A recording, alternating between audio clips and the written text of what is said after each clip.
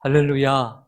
네, 오늘 수요예배 가운데 함께 하신 우리 성도 여러분, 주님의 이름으로 환영하고 축복합니다. 네, 우리 서로 인사하겠습니다. 사랑합니다. 반갑습니다.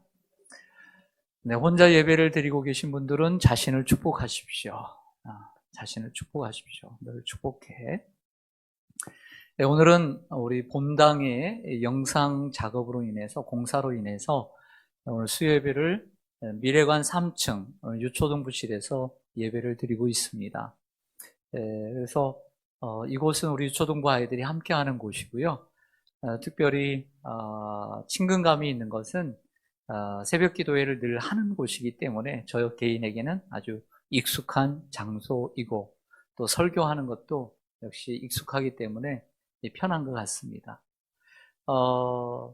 제가 새벽 기도회를 이곳에서 우리 성도님들이 하면서 참 좋은 시간들을 보내고 있었던 것 같아요. 그러나 오늘 좀 아쉬운 부분은 영상 부분에서 찬송가 PPT가 여기는 띄워지는데 오늘 가정에 있는 분들에게는 띄워지지 않습니다. 널리 이해해 주시고 다음 주일부터는 더 좋은 또 영상으로 또 만나게 될 것을 또 기대합니다. 어떤 분이 주일날 새벽에 일어나서 수요예배 설교를 듣고, 그리고 주일날에는 또 낮에는 주일 설교를 들었고, 또 기도하면서 새벽을 보냈다는 얘기를 들었습니다. 오늘 예배를 드리는 분들은 이 시간에, 또 예배를 나중에 또 드리시고, 또 말씀을 듣는 분들은 또 그 시간에 하나님의 은혜가 임하기를 간절히 소망합니다.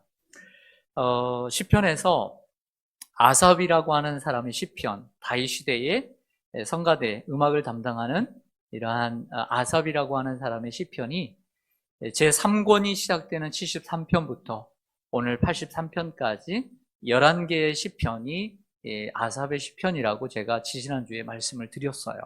처음 시편을 시작하면서. 그런데 오늘 이제 그 11개의 시편 가운데 마지막 83편이 오늘 본문입니다.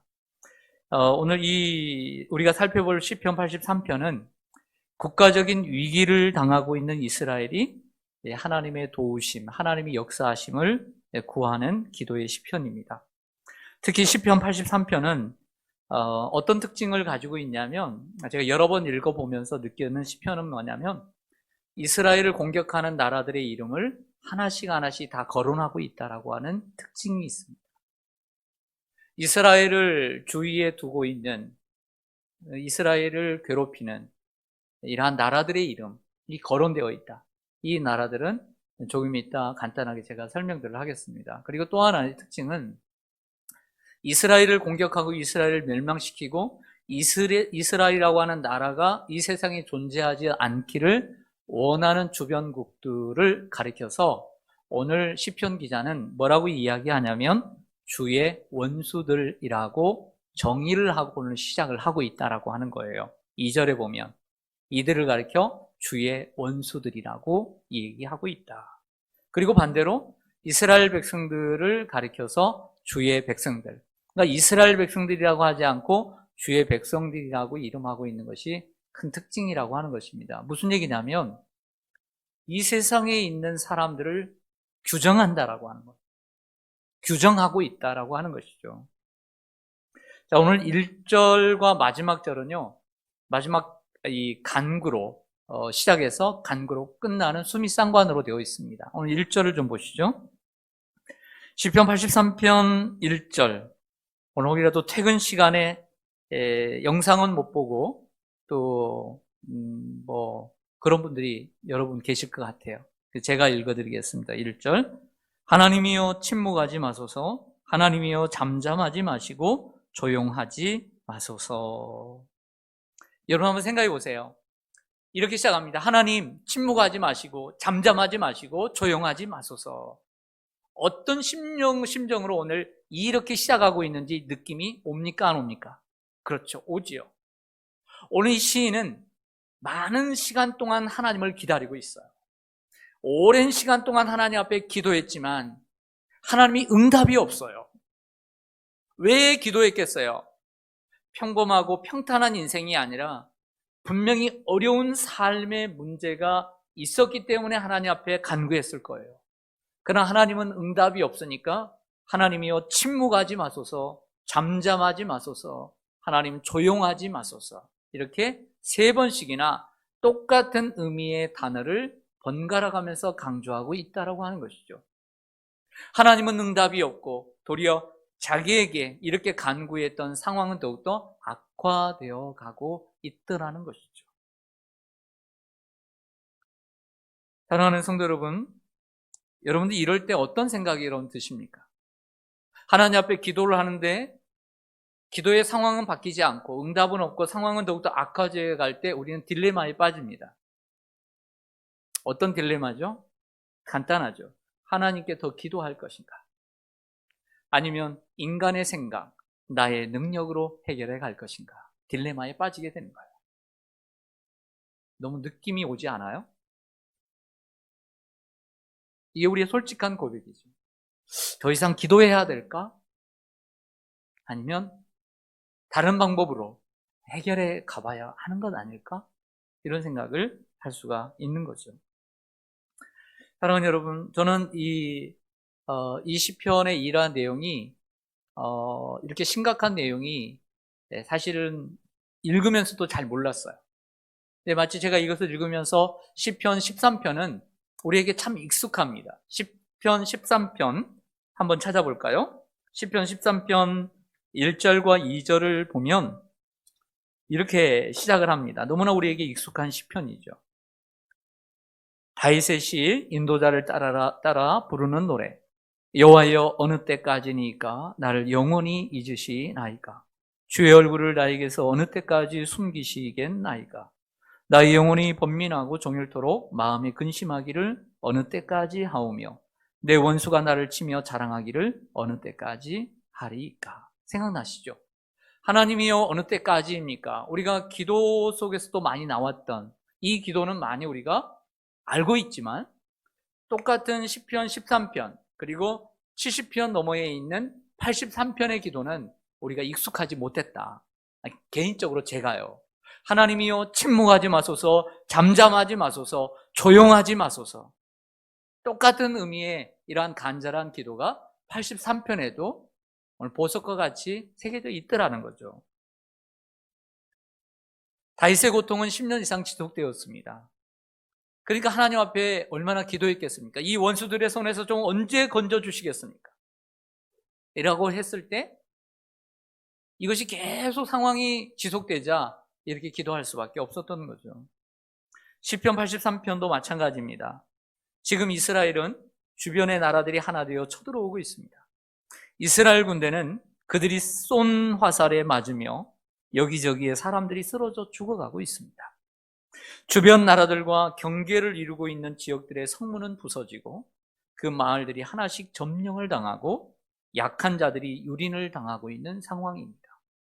그런데 하나님께서는 침묵하고 계시는 거죠. 우리도 마찬가지입니다. 코로나19 바이러스로 학교의 문이 닫혔습니다. 생업의 문이 닫힌 곳도 많이 있습니다. 교회의 문이 닫히는 상황입니다. 이럴 때 하나님께서 나타나셔서 하나님의 능력을 보여주셔서 코로나를 박살내버리고 쫓아내버리고 마음껏 하나님께 예배하고 아이들이 마음껏 가서 공부하고 초등학교 1학년 어떤 아이는 미처 7살 때 많이 놀아가지고 미처 한글을 못 배웠답니다. 그래서 지금 1학년이 또 한글을 못했다는 뉴스를 들었습니다. 애들 얼굴도 잘 모르고요. 빌 게이츠가 내년 여름에 백신이 개발이 되어지고 그리고 2022년에 우리의 정상적인 생활을 할 것이다 라고 어제 자기의 생각을 내비쳤습니다. 우리는 이럴 때 이런 기도하지 않나요?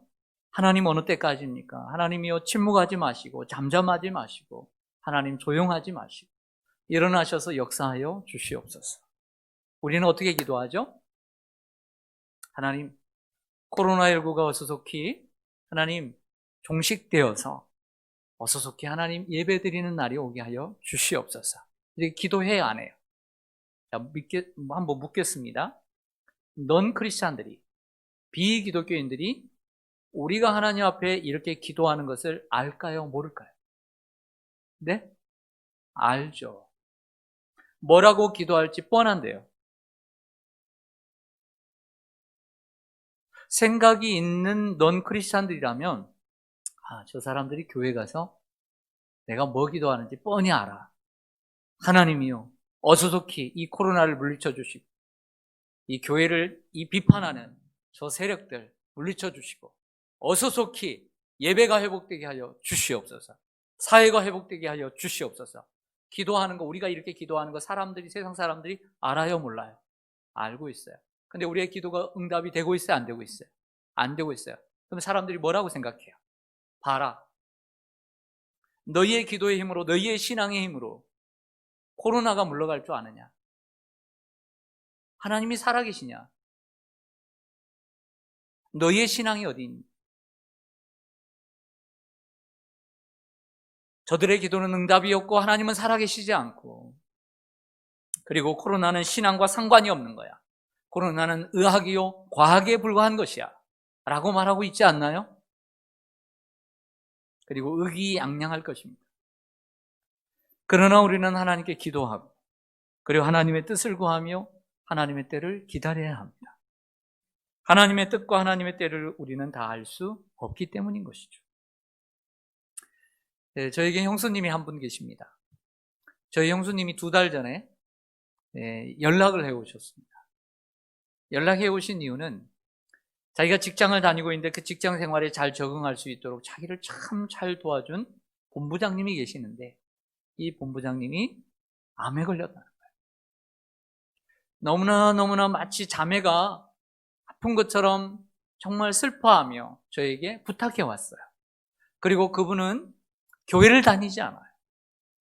그래서 이번 기회에 하나님 앞에 기도하고 또 주위에 예수 믿는 사람들이 있어서 권면을 하고 있다는 이런 이야기였습니다. 그래서 제가 기도의 부탁을 한 번 들었어요. 그래서 제가 몇 번 기도할게요. 1-2번 기도했어요. 그런데 하루가 멀다 하고 문자를 보내와요. 상황을 얘기해줘요. 그분의 상황을. 그리고 또 계속해서 저에게 기도를 부탁해요. 제가 몇 번 기도할게요. 네, 부탁한 대로 또 기도를 하게 되었어요. 그리고 지금은 그분을 위해서 기도하는 것이 생활이 되었어요. 뭘 배워야 되냐면, 기도를 부탁할 때 우리 형수님이 우리 교회를 다니는 것도 아니고, 그분이 부탁한 분이 우리 교회를 다니는 것도 아니고,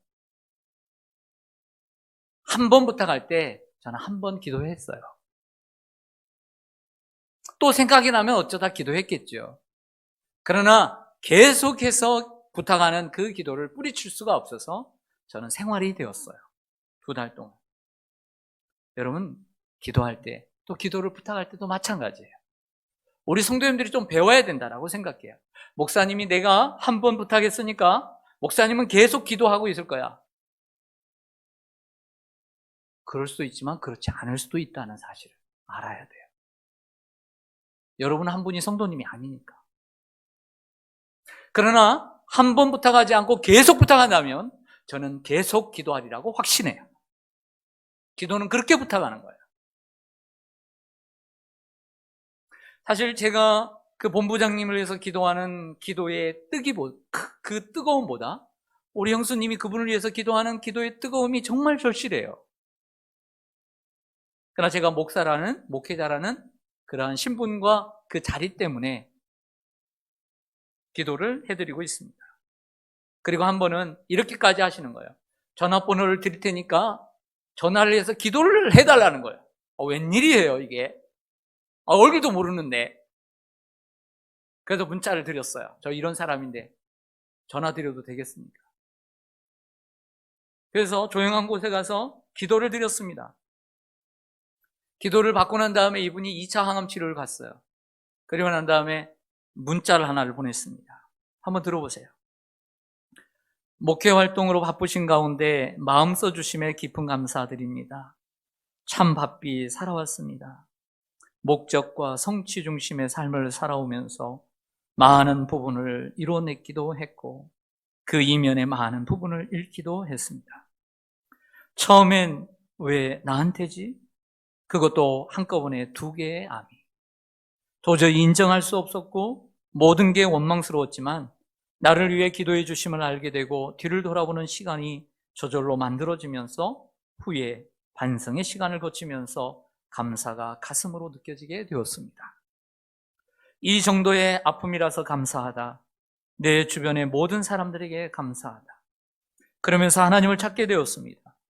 믿음이 무엇인지, 하나님의 은혜가 무엇인지 아직은 잘 모르지만 지금 마음이 가는 대로 의지하려 합니다. 이 가운데 목사님께서 직접 기도해 주시고 관심을 가져주심에 감사의 인사를 다시 올립니다. 저에게 기도를 받고 이런 문자를 하나를 보내왔습니다. 얼마나 마음이 아팠을까요? 왜 이런 일이 나한테? 그런데 어제 그분께서 저에게 반가운 문자 하나를 보내왔어요. 목사님, 기쁜 소식 올립니다. 오늘 4차 항암하러 입원했는데 지난번 3차 마치고 여러 가지 검사했는데 암은 형체도 없이 사라졌고 림프 등 전혀 이상이 없고 이런 경우는 참 드물 뿐더러 이후 예후도 좋다고 생각하면 된다고 합니다. 주치의로부터 이 말을 듣는 순간 저를 위해 기도해 주신 모든 분들의 기도를 하나님께서 응답해 주신 것이라고 생각되며 저절로 감사의 기도를 올렸습니다. 감사드립니다. 저는 이분이 사랑하는 가족이 있다면 가족에게 먼저 전화했을지 모르지만 저에게 제일 먼저 문자했으리라고 확신합니다.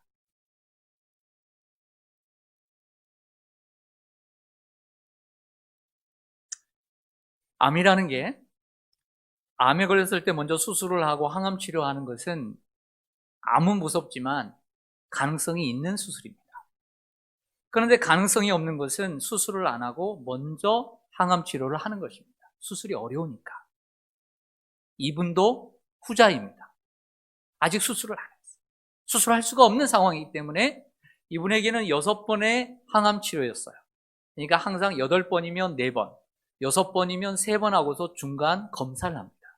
그리고 이 항암이 잘 맞고 있는지. 그래서 3번을 하고서 결과를 얻었던 것이죠. 그리고 나머지 항암 치료를 다 하고 그리고 수술까지 하셔야 된대요. 수술을 해야 된다. 하지만 그래도 감사한 마음으로 나머지 치료도 감당할 수 있게 된 것이죠. 할렐루야. 이제 항암 치료 받고 그리고 수술하는 가운데 하나님을 더 체험하고 하나님을 더 알아갈 수 있도록 이 김경옥 본부장님을 위해서 기도해 주시길 바랍니다. 이렇게 부탁하면 여러분들은 몇 번 기도해요? 1번 기도하죠. 여러분들도 목사님이 알아서 해주시겠지 그렇게 하지 마세요. 예수님 모든 사람 다 기도했겠어요? 계속 강청하고 또 강청하고 또 강청하니까 더 열심히 기도해 주실 수 있는 것이죠. 아셨죠?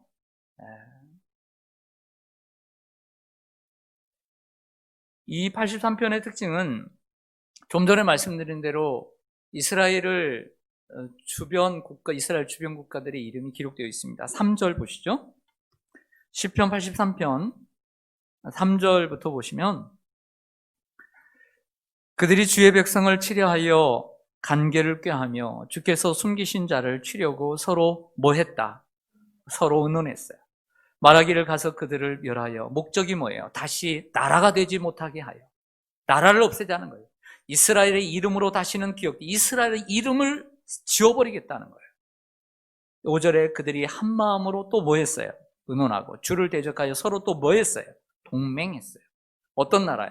에돔의 장막과 이스마엘인과 모압과 하갈인이며 그발과 암몬과 아말렉이며 블레셋과 두로 사람이요 아수르도 그들과 연합하여 롯 자손의 도움이 되었나이다. 이렇게 하면서 10개에 가까운 나라들의 이름을 거론을 하고 있다는 것이죠. 오늘 여러분들에게 조금 지도가 보인다면 좀 설명이 좋겠지만 6개월 동안 제가 지도를 가르쳐 드렸는데 서당교회 3년이면 풍어를 없는데 그래도 한번 생각해 보십시오.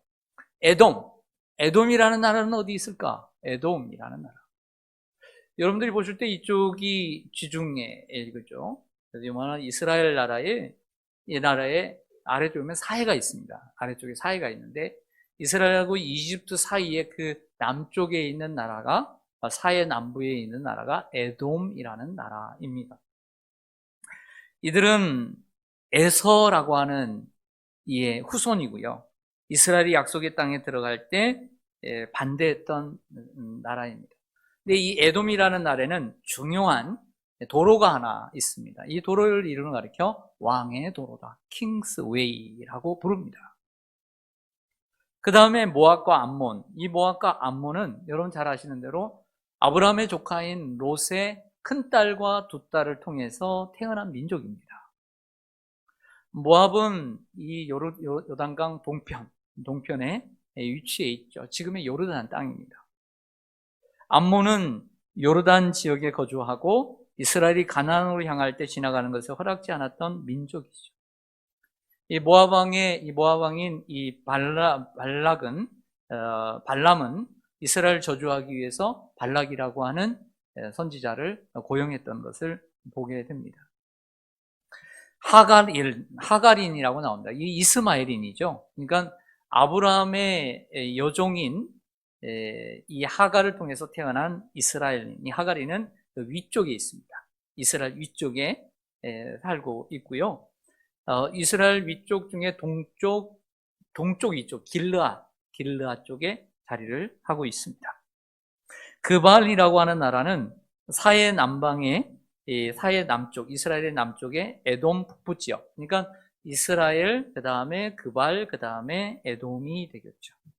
사해 남쪽 에돔에 있는 페트라 지역. 7대 불가사이라고 하는 지금도 요르단 땅입니다. 이 요르단 땅에 그 페트라라고 하는 지역을 그발이라고 합니다. 아말렉이 있습니다. 아말렉은 유대의 남방 지역, 즉 네게부. 그러니까 이스라엘이 좁지만 북쪽보다 이 남쪽에 이 예루살렘 아래쪽이 남방 지역인데 사막 지역이에요. 이 네게부 지역. 네. 예수님께서 유대 광야로 가셨다 했을 때 그 광야 지역을 이런 얘기하는데 그쪽에 아말렉이 살고 있습니다. 거기에 우리가 잘 알고 있는 출애굽 당시에 17장을 보면 그 르비딤 지역에서 아말렉과 싸우잖아요. 모세가 손을 들고 그 지역, 그 사람들입니다.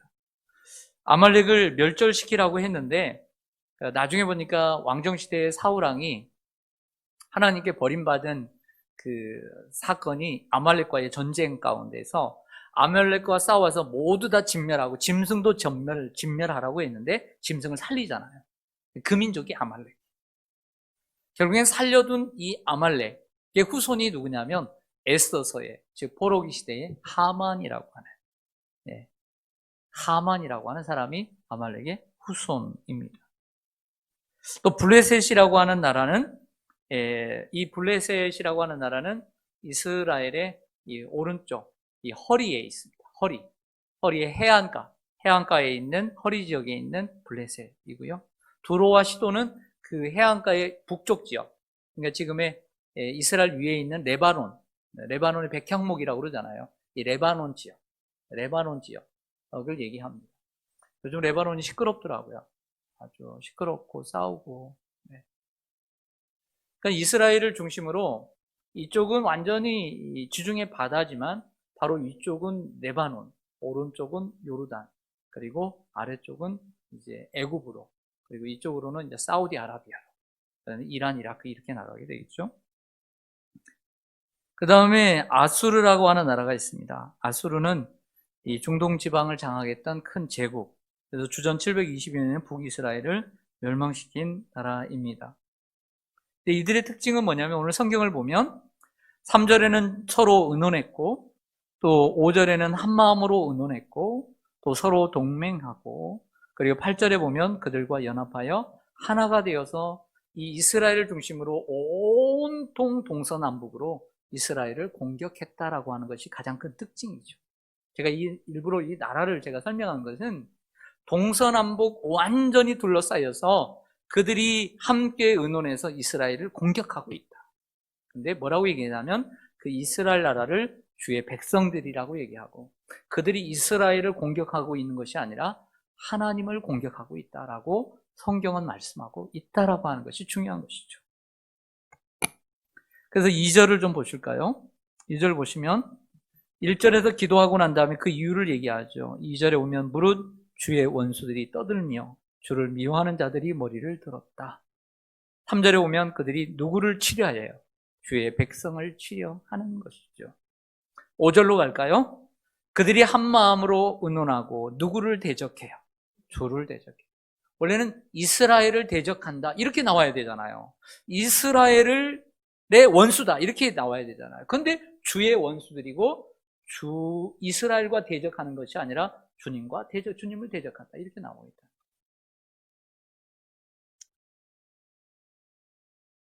결국 이들의 싸움은 표면적으로는 이스라엘과 주변국들의 싸움이지만 이면적으로는 하나님과 사단과의 싸움이라는 것을 말하고 있는 거예요.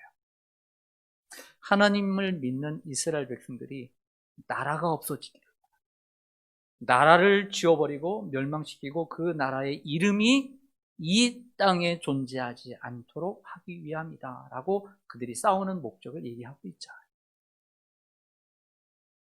사단은 우리 그리스도인들이 이 땅에 존재하지 않기를 원해요. 주님의 교회가 사라지기를 원하는 거죠. 왜? 사단이 제일 싫어하는 게 하나님을 사랑하고 하나님을 섬기고 하나님을 예배하는 걸 마귀는 죽는 것보다 싫어하니까. 이걸 알아요. 사단이 혼자 일하느냐? 결코 혼자 일하지 않아요.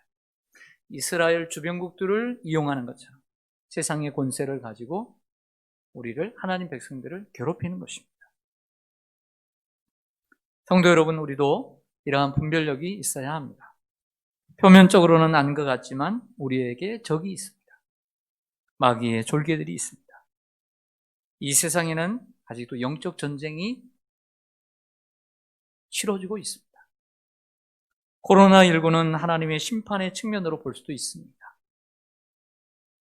자, 다시요. 코로나라고 하는 것이 하나님께서 정말 우리가 잘못해서 그런 측면도 있다라고 생각을 해요. 또 그렇게 우리가 해석할 수 있죠. 아, 우리 교회를 심판하는 것인가? 우리가 한국교회가, 세계교회가 정말 하나님을 잘 못 섬겼기 때문에 하나님께서 우리들에게 전염병을 주신 것인가? 이러한 측면으로 해석할 수 있다는 거예요. 그러나 또 다른 면으로 보면 하나님의 교회와 하나님의 백성들을 괴롭히고 핍박하기 위해서, 그리고 하나님을 섬기지 못하도록 사단의 계획일 수 있다라고 하는 해석도 얼마든지 가능하다는 거 하는 거죠. 그렇지 않을까요? 세계교회가 얼마나 하나님을 예배할 수 있나요? 이만큼 세계교회가 같이 한꺼번에 하나님을 예배하지 못하는 시대가 있었나요? 없었잖아요. 정말 이것이 하나님 기뻐하시는 일일까요? 하나님은 예배받기를 원하시고 영광받기를 원하시는 분인데 한 나라도 아니고 온 세계가, 한국은 교회가 타락할 수 있지만 어느 나라는 진실할 수 있잖아요. 근데 온 세계가 이렇게 고통을 받고 온 교회가 고통을 받고 있다면 이것을 단순히 하나님의 심판으로 치부하기에는 어렵다는 것이죠.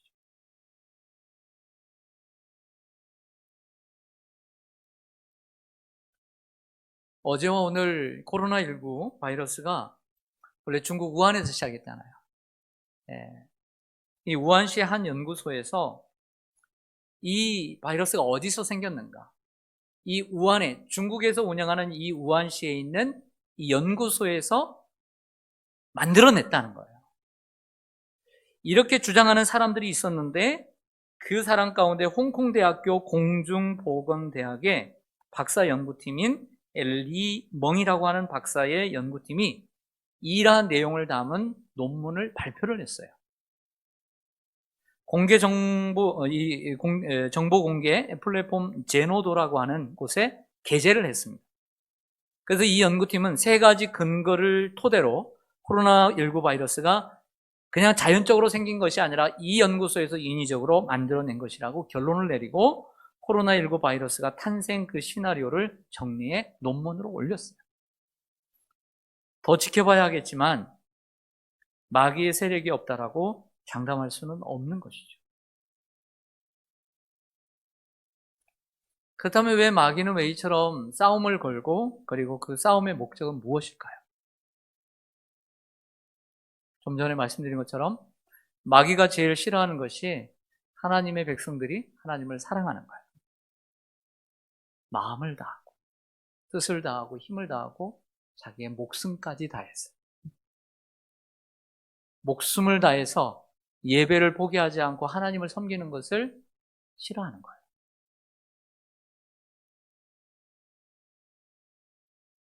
그리고 하나님 백성들이 평안하게 살면서 하나님을 섬기고 예배하는 것을 싫어해요. 그래서 디모데서에 이렇게 말씀하잖아요.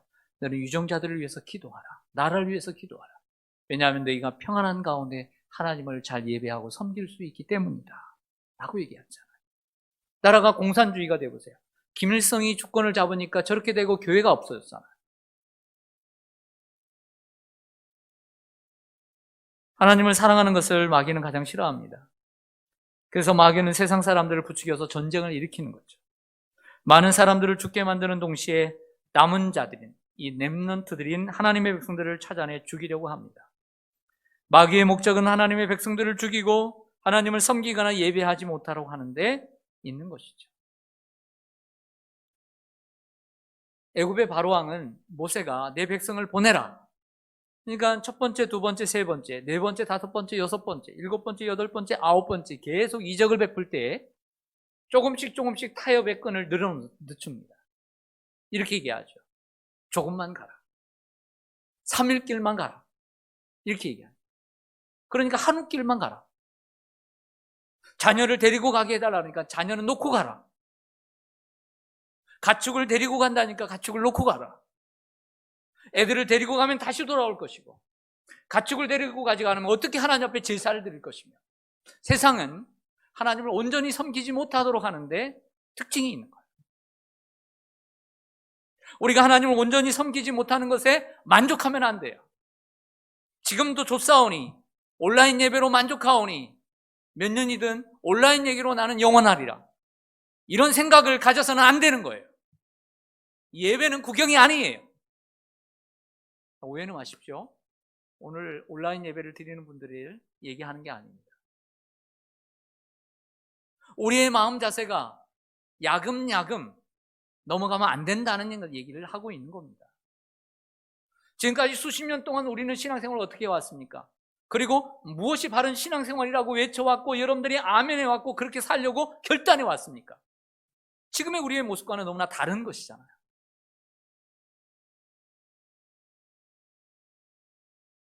우리가 하나님을 예배하지 않는 건 아닙니다. 지금도 예배를 하고 있습니다. 그러나 하나님이 원하시는 예배는 모임의 예배입니다.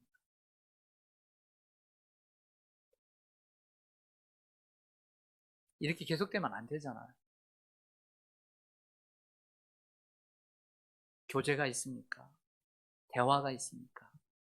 교육이 있습니까?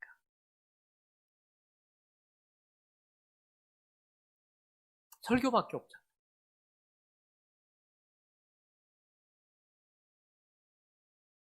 우리가 교육을 받고 은혜를 받고 그래도 우리가 제대로 갈까 말까 하는 이 상황 가운데 예배 한두 번 드리고 우리의 신앙생활이 1년은 가겠지만 2년은 가겠지만 이렇게 10년, 20년 갈 수는 없잖아요. 그렇다고 해서 코로나가 영원히 계속되리라는 것은 아닙니다. 언젠가는 항체가 생기고 그리고 백신이 개발되면 2, 3년 후면 회복이 될 것입니다. 자, 시편 기자는 다음 단계로 넘어갑니다. 과거 이스라엘을 괴롭혔던 미디안 민족이 기드온에게 패한 것을 예로 들면서 주변 나라들을 불로 심판해달라고 기도하는 기도를 마지막에 드립니다. 이해하시죠? 그러니까 상황이 이렇습니다. 그런데 하나님, 과거의 기드온이 미디안 민족을 그렇게 과거에 하나님께서 주변국들, 우리 이스라엘 나라를 괴롭혔던 나라들을 이렇게 하신 것처럼 이번에도 하나님 불로써 그들을 심판하여 주옵소서. 이런 스토리로 가는 거예요. 네, 기승전입니다. 전으로 가는 거죠. 불 생각하면 이렇습니다. 출애굽할 때 하늘에서 불 우박이 내려지기도 했습니다. 그래서 애굽 사람들과 가축들이 죽기도 했고요. 사무엘 당시 이스라엘 백성들이 미스바에 모여서 함께 기도할 때 그들을 치러왔던 블레셋을 하나님께서 우박이 떨어지게 하셔서 도망치게 하시고 일부는 죽게 하셨습니다. 여기 우리는 질문할 수 있습니다. 왜 하나님은 이스라엘만 사랑하십니까? 하나님은 사랑의 하나님이신 줄 알았는데 이스라엘만 사랑하는 편애하시는 하나님이시구나 라고 생각할 수 있습니다. 그리고 그러한 내용들이 사실은 구약 속에 다분히 들어있는 것이 사실입니다. 그렇죠? 하지만 하나님은 그런 하나님 아닙니다. 하나님은 온 우주의 주인이시고 요나서만 보더라도 이 아수르의 수도인 니느웨 백성들이 불쌍히 여기셨습니다. 그리고 회개하는 그들을 용서해 주시고 사랑해 주셨습니다. 우리 또한 유대인이 아닙니다. 하나님을 믿는 사람들은 하나님이 누구든지 사랑하시죠. 이렇게 생각합니다. 하나님은 사랑이니까 모든 원수까지 사랑하니까 사원수로 살아간다. 하나님 그런 하나님이십니까? 야곱은 사랑하시고 에서는 미워하시는 하나님이세요. 그러면 에서는 누구일까? 를 생각해야 합니다. 에서는 누구일까요? 하나님은 왜 에서를 싫어했을까? 미워했을까? 를 생각해야 합니다. 오늘 15절에서 17절을 좀 읽을까요? 뭐라고 심판을 하냐면요. 13절부터 제가 읽겠습니다. 나의 하나님이여 그들이 굴러가는 건불 같게 하시며 바람에 날리는 지푸라기 같게 하소서. 시골에 살아봤다고 했잖아요. 불을 떼보면요. 지푸라기 그리고 탁 올리면요. 탁 올라가면서 잘 타잖아요. 그렇게 해달라는 거죠. 삼림을 사르는 불과 산에 붙는 불길같이 주의 광풍으로 그들을 쫓으시며 주의 폭풍으로 그들을 두렵게 하소서. 여호와여 주의 얼굴에 그들의 얼굴에 수치가 가득하게 하사 그들이 주의 이름을 찾게 하소서. 그들로 수치를 당하여 영원히 놀라게 하시며 낭패와 멸망을 당하게 하사. 하지만 하사라고 얘기하지만 주의 이름을 찾게 하소서라고 얘기를 하고 있습니다. 가끔씩 시편을 보면 다윗도요 자기의 원수들을 저주합니다. 저주해요. 생각해 봅니다. 우리가 다른 사람을 저주할 수 있을까요? 있죠.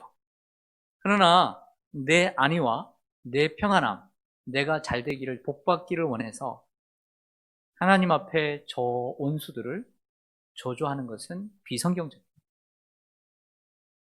내가 편하기 위해서, 단순히 내가 잘 되기 위해서 저주하는 것은 비성경적인 것이죠. 다만 하나님을 대적하고 하나님의 교회와 성도들을 대적하고 핍박할 때 우리는 이런 기도를 드릴 수 있다는 거예요.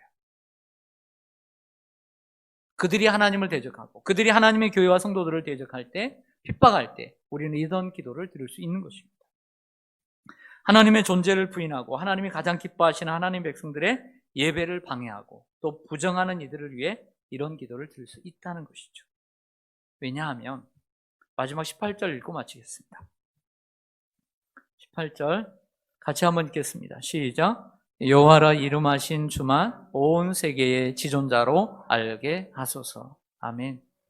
여호와라 이름하는 불리는 하나님만이 온 세계의 주인이시고 그리고 유일한 하나님이시기 때문입니다. 신앙은 타협할 수 있는 것이 아닙니다. 말씀을 정리하겠습니다. 지금은 당장 하나님이 침묵하고 계시고 잠잠하고 계시고 그리고 가만히 계신 것 같아도 시편 83편의 기자처럼 우리는 끝까지 기도하고 또 하나님의 때를 기다리고 하나님의 뜻이 이 땅과 온 세계 가운데 이루어지도록 기도해야 될 줄로 믿습니다. 때로는 하나님의 응답이 늦춰지는 것 같고 너무 늦춰지다 보니 더 기도해야 하는 것인지 아니면 인간의 생각으로 해결해야 되는지 딜레마에 빠질 때도 있지만 우리는 내 생각대로 하지 않고 하나님의 때를 기다리고 하나님의 뜻이 우리 가운데 이루어지기를 포기하지 않고 기다릴 때 하나님이 우리의 기도를 언제나 귀히 보신 것처럼 우리의 기도를 통해서 하나님이 역사하시고 하나님의 주권에 의해서 이 세상이 움직여 가게 될 줄로 믿습니다. 네, 기도하겠습니다.